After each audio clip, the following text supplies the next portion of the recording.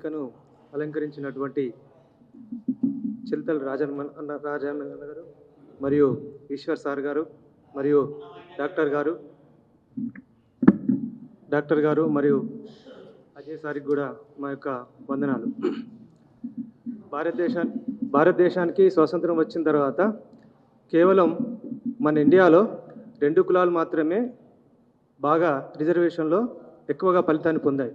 ఉదాహరణకి మాదిగ, మాల ఈ 2 కులాలు మాత్రమే అధికంగా పొంది 50 ఉపకులాలు వారి యొక్క జీవన విధానంలో ఉండిపోవడం మూలంగా వాళ్ళు రిజర్వేషన్ ఫలాల్ని అనుభవించలేదు. అయితే ఈరోజు మనం ఉస్మానియా యూనివర్సిటీలో ఏర్పరచుకున్నటువంటి ఈ యొక్క సమావేశం గురించి నేను కొద్దిగా చెప్పదలుచుకున్నాను. ఈరోజు 57 ఉపకులాల లోపల ముందుగా మనం వచ్చేసింది ఏమిటంటే సామాజికంగా అంటే అన్నగారు ఇంతకుముందు చెప్పినట్టుగా కులం సర్టిఫికెట్ అనేటువంటిది కొందరికేమో ఎంఆర్ఓ ద్వారా, కొందరికేమో ఆర్టీఓ ద్వారా వచ్చింది.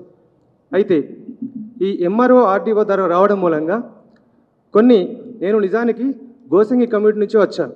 అయితే మాకు ఒకప్పుడు ఆర్టీఓ ద్వారా కొన్ని సర్టిఫికెట్లు వచ్చినాయి.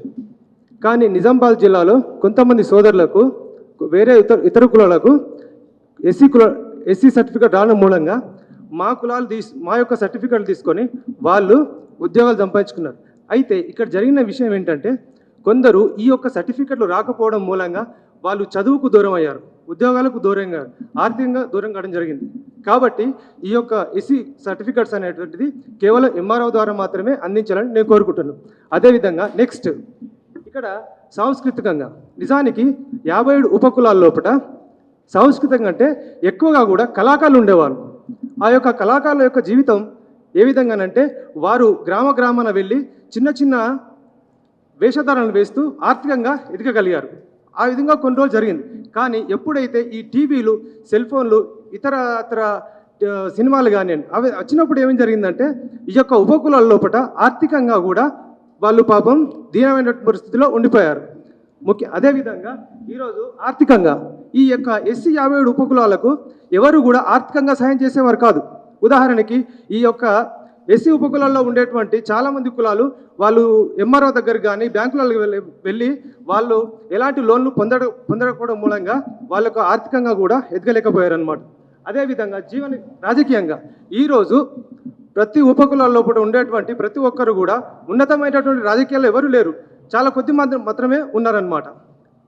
అయితే ఈ విధంగా ఇప్పుడు రేవంత్ రెడ్డి గారు తీసుకున్నటువంటి ఈ నిర్ణయానికి నేను చాలా సానుకూలంగా స్పందిస్తున్నాను. అదేవిధంగా సుప్రీంకోర్టు చెప్పిన విధంగా ఈ యొక్క ఎస్సీ రిజర్వేషన్ జరగాలని కోరుకుంటున్నాను. అదేవిధంగా ఈరోజు ఫిబ్రవరి 7th నాడు జరిగేటువంటి మందకృష్ణ మాదిగ పెట్టినటువంటి ఆ మీటింగ్ కూడా మేము 100% మేము ప్రోత్సహిస్తామని కోరుకుంటూ సెలవు తీసుకుంటాను. Thank you.